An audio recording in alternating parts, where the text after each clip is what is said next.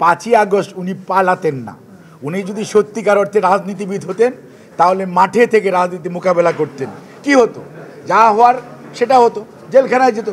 এবার আমরা 90-এর পতনের পর দেখি নাই, 90-এর যা আমাদের গণ অভ্যুত্থান সেটার পর আমরা দেখেছি স্বৈরাচার জেলখানায় গিয়েছে।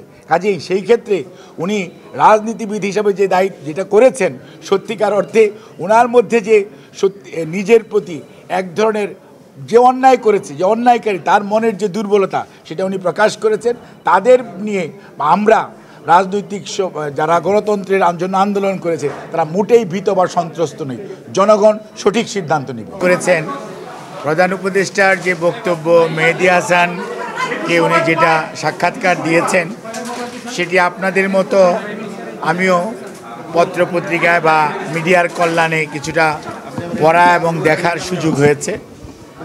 তবে উনি বেশ কতগুলো কথা বলেছেন। অমর্ত্য সেন ওনাকে কী বলেছে, বা মেহেদী হাসান যে প্রশ্ন করেছে, এবং মেহেদী হাসানের প্রশ্নের প্রতি উত্তরে মাননীয় প্রধান উপদেষ্টা যেটা বলেছেন, তার মধ্যে যেটা মানুষের মধ্যে একটু, ইভেন আমার মধ্যেও এক ধরনের প্রশ্নবোধক চিহ্ন হয়েছে যে বাংলাদেশের মিডিয়ায় আমরা দেখেছি যে আওয়ামী লীগকে নিষিদ্ধ করা হয়েছে। যদিও এই ব্যাপারে বাংলাদেশ জাতীয়তাবাদী দল বলেছিল যে নিষিদ্ধের বিষয়টা কাকে গ্রহণ করবে বা করবে না এটা জনগণের বিষয়।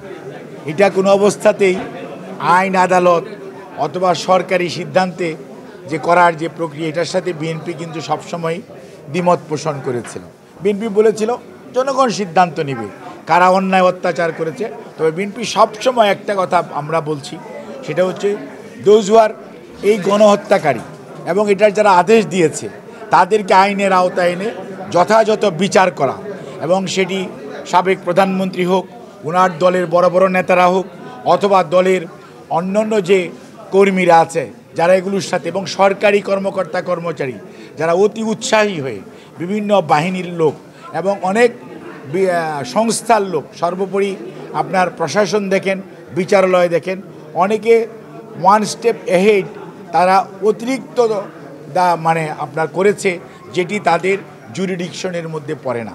কাজে তাদের বিচারের ব্যাপারে বাংলাদেশ জাতীয়তাবাদী দল সবসময়ই সোচ্চার ছিল, এখনও আছে, এবং আমরা বিশ্বাস করি কোনো অবস্থাতে গণহত্যাকারী এবং গণদুশ্মন যারা ছিল, যারা গুম করেছে, যারা মানুষকে নির্বিচারে গুলি করে হত্যা করেছে, যারা মানুষের সম্পদ লুণ্ঠন করে দেশের বাইরে নিয়ে যেয়ে দেশের সম্পদ লুণ্ঠন করে পাহাড় করেছে, তাদেরকে বিচার এবং বিচারের আওতায় আনা, এবং বিচারহীনতার যে আপনার যে কালচার, যেটা আয়নাঘর বলেন, গুম বলেন, এনকাউন্টার বলেন, এগুলোর যে কথা, এবং অট্টহাসি অর্থাৎ প্রতিহিংসা পরায়ণতার যে চরম পরাকাষ্ঠা ওনারা দেখিয়েছে, এটার বিরুদ্ধে বাংলাদেশ জাতীয়তাবাদী দল সবসময় সোচ্চার। এবং আমরা মনে করি তারা গণদুশ্মন, এবং তাদের নির্বাচন কেন, তাদের এই দেশের মানুষের এসে তারা নির্বিঘ্নে বিচার ছাড়া বা তাদের অনুসূচনা ছাড়া, আজকে যদি আমরা 71 নিয়ে এত কথা বলি, তাহলে এই 24-এ গত 15 বৎসর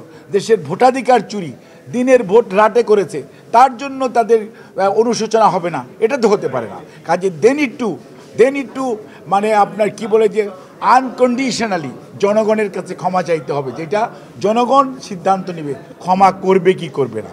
এটি ব্যক্তিগতভাবে কারো করার বিষয় আছে বলে আমি মনে করি না।